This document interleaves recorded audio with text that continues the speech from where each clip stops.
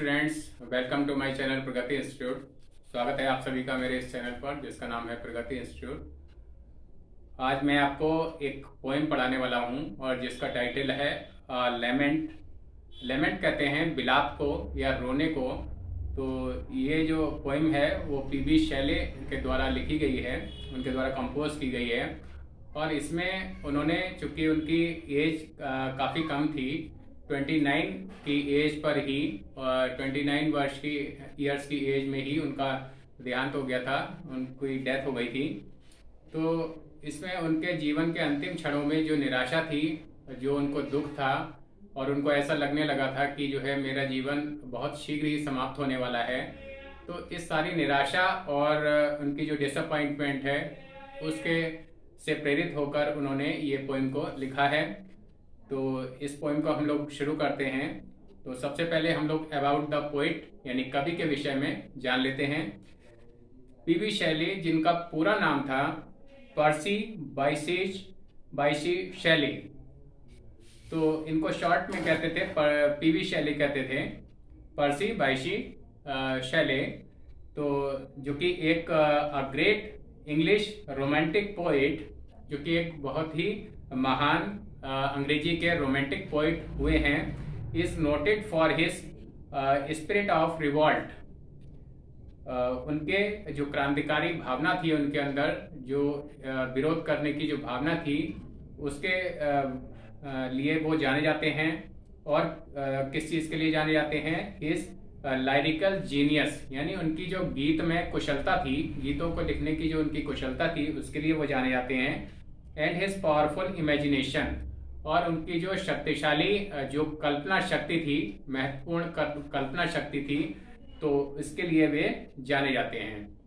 Inspired by the French revolution, फ्रांसीसी क्रांति से प्रेरित होकर, he opposed all forms of cruelty and operation, उन्होंने सभी तरह की जो निर्दयता थी, जो दूसरों के प्रति कठोर व्यवहार था, एंड ऑपरेशन, और जो दमनकारी लोग जो थे उनका उन्होंने विरोध किया। ही वॉज एक्सपेल्ड, उनको निकाल दिया गया फ्रॉम ऑक्सफोर्ड यूनिवर्सिटी से उनको निकाल दिया गया फॉर प्रीचिंग एंड एथीज्म, क्योंकि उन्होंने नास्तिकता के विषय में के संबंध में उपदेश दिया था, नास्तिकता के विषय में अपने विचार प्रकट किए थे, उसका समर्थन किया था, इसलिए उनको ऑक्सफोर्ड से निकाल दिया गया। His fight against social and political wrongs earned for him the hostility of the conservative sections of society. His fight, उनकी जो लड़ाई थी against social and political wrongs, सामाजिक और राजनीतिक जो भी मतलब गलतियां थी, या सामाजिक और राजनीतिक जो भी उन चीज़ें उनको पसंद नहीं आती थी, तो उनके उन चीज़ों के विरोध में उनकी जो लड़ाई थी। And for him the hostility of the conservative sections of society, समाज के जो रूढ़िवादी वर्ग थे, रूढ़िवादी जो लोग थे, वो इसी वजह से उनको नापसंद करने लगे, क्योंकि उन्होंने सामाजिक और राजनीतिक जो भी चीज़ें उनको पसंद नहीं आती थी उनका उन्होंने विरोध करते थे वो, और उसके खिलाफ वो लड़ाई लड़ते थे, तो इसलिए लोग उनको नापसंद करते थे। Strained relations with his father, अपने पिता के साथ जो उनके तनावपूर्ण रिश्ते थे। The dissolution of his first marriage, और उनकी जो पहली शादी जो टूट गई थी। एंड फाइनेंशियल ट्रबल्स, और जो उनके साथ जो वित्तीय परेशानियां थी, उनको धन से संबंधित परेशानियां थी, आर्थिक परेशानियां थी, तो इन सभी चीज़ों ने एडेड टू हिज अनहैप्पीनेस, इन सभी चीज़ों ने उनकी अप्रसन्नता को, उनके जो दुख था उसको और अधिक बढ़ा दिया था।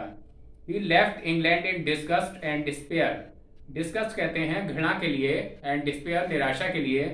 और तो उन्होंने घृणा और निराशा की वजह से इंग्लैंड को छोड़ दिया, इंग्लैंड से चले आए। एंड सेटल्ड इन इटली, और इटली में वो आकर सेटल हो गए, वहीं पर रहने लगे। He presented his grand vision of a new world ruled by love in his great work Prometheus Unbound. Prometheus unbound जो उनका एक कार्य था, जो उन्होंने एक ये जो उनकी रचना थी, तो उसमें उन्होंने प्रेम से प्रेरित होकर जो नए समाज के प्रति उनकी आधुनिक जो महान दृष्टि थी उसको उन्होंने प्रेजेंट किया, उसको उन्होंने दिखाया। His health broke down under the pressure of his cares and anxieties. उनके दिमाग में ये जो चिंताएं चल रही थी और एंड एंजाइटीज और जो उत्सुकताएं थी, इन सभी की वजह से उनका जो स्वास्थ्य था वो खराब हो गया, उनकी हेल्थ ब्रोक डाउन हो गई। And while still young in are he felt, और यद्यपि वो उस समय युवा थे, 28-29 की एज में ही थे जब उनकी डेथ हुई, तो इतनी कम उम्र में भी he felt old and weak in spirit, और वो अपने आप को बूढ़ा महसूस करते थे, एंड वीक इन स्पिरिट, और भावनात्मक रूप से भी अपने आप को बहुत अधिक कमजोर महसूस करते थे। लाइक कीट्स, और उनके जो एक समकालीन जो कवि थे, उन्हीं के समय के जो एक पोइट थे जॉन कीट्स, हिज कंटेम्पररी मतलब उन्हीं के समय के जो थे,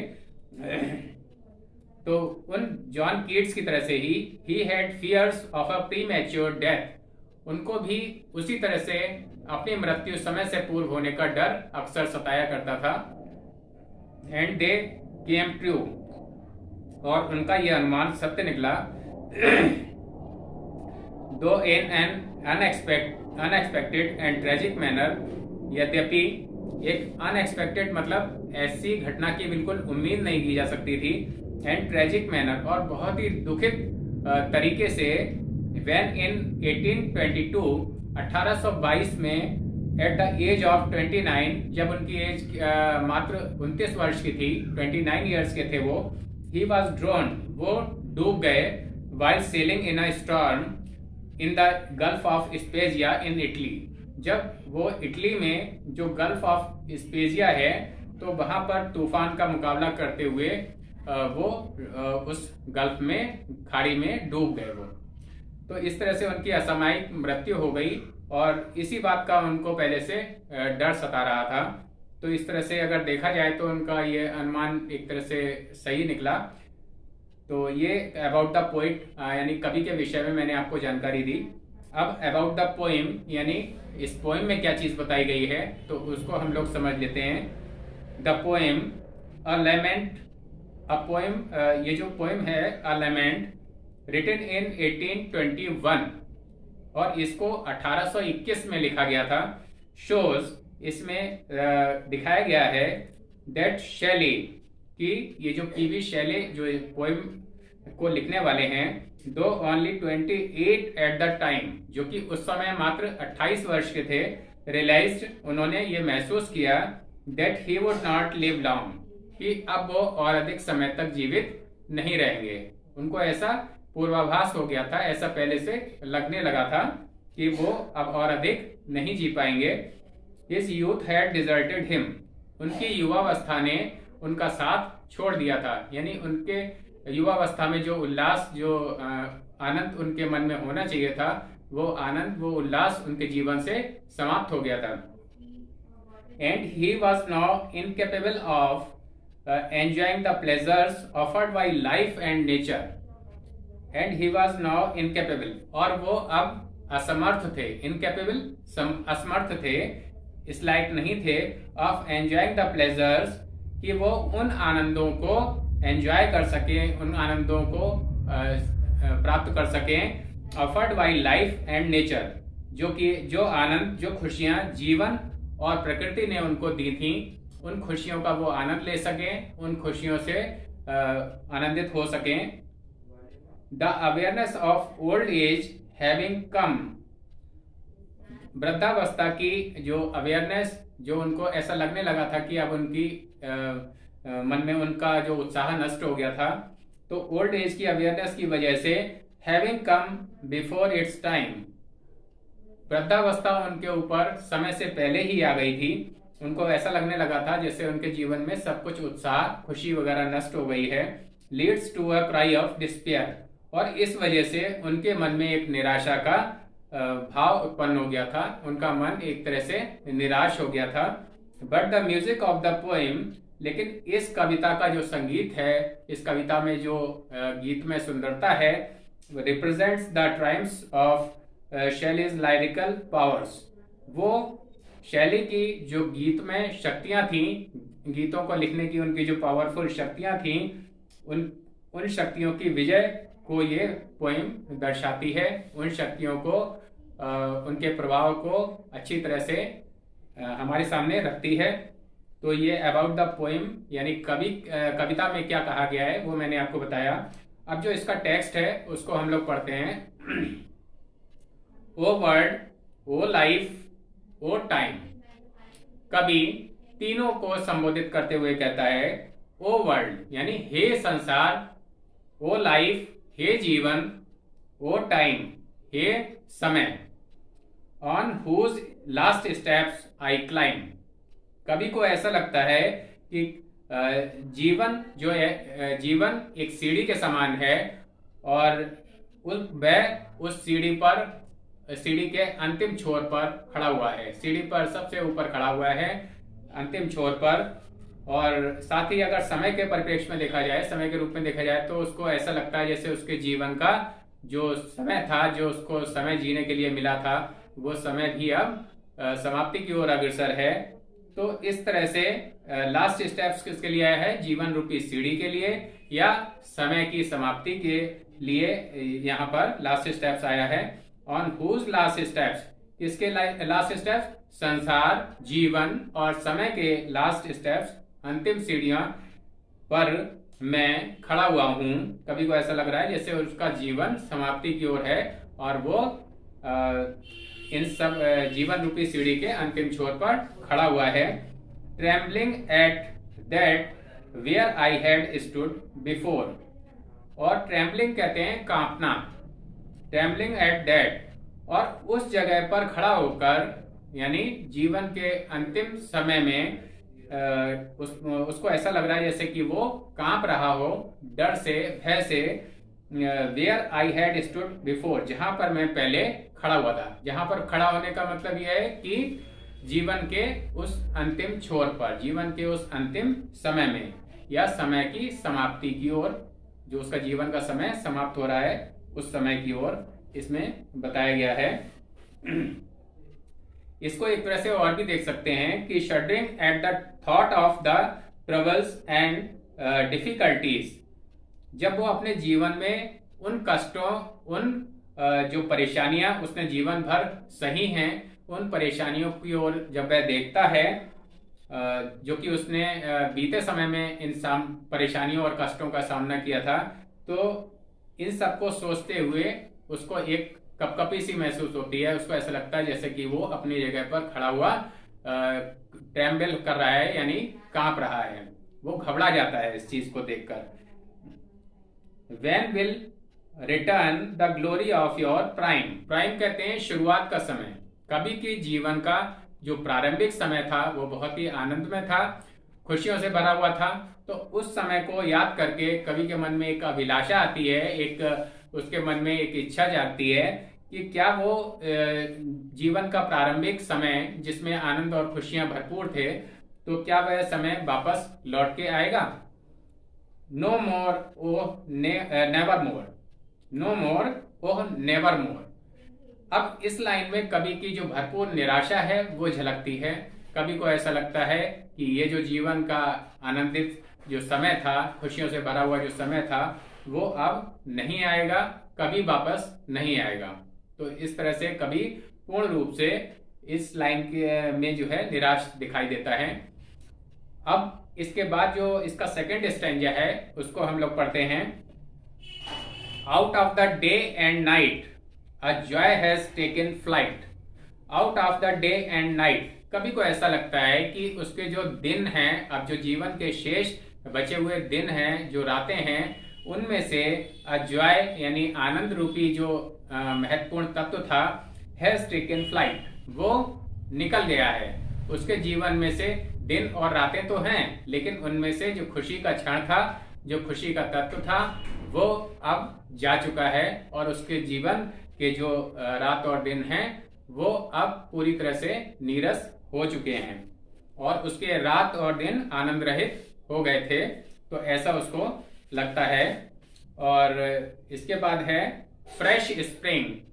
फ्रेश स्प्रिंग यानी जो उसका ताजा बसंत ऋतु जो खुशियों का एक मन में संचार करती है। एंड समर और ग्रीष्म ऋतु यानी गर्मियों का समय। एंड विंटर होर यानी सर्दियों का ऐसा समय जिसमें कोहरा और पाला बहुत अधिक मात्रा में पड़ता है, तो इस तरह की बहुत ही बर्फीली शीत ऋतु। तो इस तरह के ये जो तीनों मौसम हैं, मूव माई फेंट हार्ट विथ ग्रीफ, ये सारे ही मौसम, सारी ही ऋतुएं उसके हृदय को, उसके दुखी हृदय को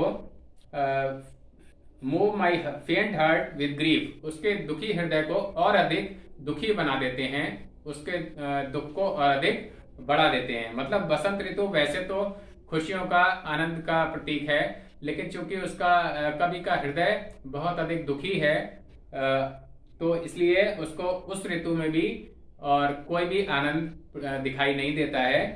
बट विद डिलाइट नो मोर, और साथ ही कवि को ऐसा लगता है कि अब उसके जीवन में डिलाइट यानी खुशी अब बिल्कुल भी नहीं आएगी, खुशी का संचार उसके जीवन में नहीं होगा। नो मोर और नेवर मोर। फिर से वही इस लाइन के माध्यम से कवि की निराशा भरपूर रूप में झलकती है।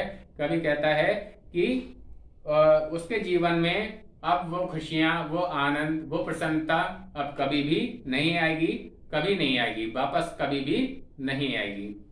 तो इस तरह से स्टूडेंट्स ये लेमेंट जो पोएम थी उसको मैंने आपको पढ़ाया, और अब इसके जो डिफिकल्ट वर्ड्स हैं उनको समझ लीजिए। लेमेंट कहते हैं ग्रेट सारो यानी महान दुख के लिए, बहुत बड़े दुख के लिए। बिलाप या रोना इसका और एक सिनोनिम है।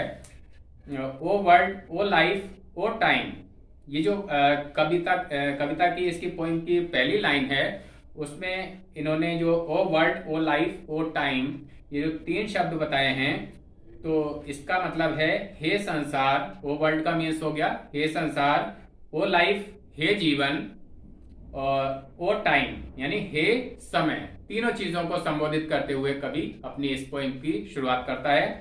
हुज यानी जिसके, लास्ट स्टेप्स यानी फाइनल स्टेज, अंतिम चरण, लास्ट स्टेप्स अंतिम चरण या अंतिम कदम। आई क्लाइम मैं चढ़ता हूं, ट्रेम्बलिंग या शडरिंग, शडरिंग मीन्स भी होता है कांपना, और ट्रेम्बलिंग का मीन्स भी होता है कांपना। बिफोर यानी पहले से ही, रिटर्न कम बैक वापस लौटना, ग्लोरी स्प्लेंडर ब्यूटी यानी शान, वैभव या सुंदरता। प्राइम, प्राइम कहते हैं जीवन के शुरुआती समय के लिए, द बेस्ट पार्ट या जीवन के सबसे अच्छे भाग के लिए। यूथफुलनेस यानी युवावस्था से परिपूर्ण, सबसे अच्छा हिस्सा जो जीवन का होता है यानी जवानी का समय। नेवर बिफोर, नेवर मोर यानी कभी नहीं। और सेकंड स्टैंजा है तो उसके मीनिंग्स ये हैं। टेकन फ्लाइट यानी उड़ गया या चला गया, मीन्स फ्लू अवे और गॉन आउट। फ्रेश, ब्यूटीफुल, सुंदर या ताजा। स्प्रिंग, क्लियर, स्प्रिंग कहते हैं एक ऋतु यानी बसंत ऋतु के लिए आता है। समर, ग्रीष्म ऋतु यानी गर्मियों का समय। विंटर, जाड़े की ऋतु, जाड़े का समय। होर कहते हैं सफेद बर्फ वाली यानी जिसमें कोहरा या पाला बहुत अधिक पड़ता है, बहुत ठंडी। मूव, सेट टू इमोशन यानी हलचल पैदा करना या सिहरन पैदा करना। फेंट, वीक या कमजोर या दुखी भी कह सकते हैं इसको। ग्रीफ, सारो या दुख। डिलाइट, जॉय यानी खुशी या प्रसन्नता। तो स्टूडेंट्स ये डिफिकल्ट वर्ड्स थे इस पोइम और लेमेंट के, जो कि मैंने आज आपको पढ़ाई, और उम्मीद है आपको अच्छे से समझ में आ गई होगी। तो इस वीडियो को आप शुरू से आखिर तक चला कर देख लें, बार बार चलाकर देख लें, और इसमें अगर आपको कोई चीज़ नहीं समझ में आ रही है तो नीचे कमेंट बॉक्स में लिखकर या इंस्टाग्राम पे फॉलो करके आप मेरे से क्लियर कर सकते हैं इंस्टाग्राम का लिंक मैंने डिस्क्रिप्शन बॉक्स में दे रखा हुआ है।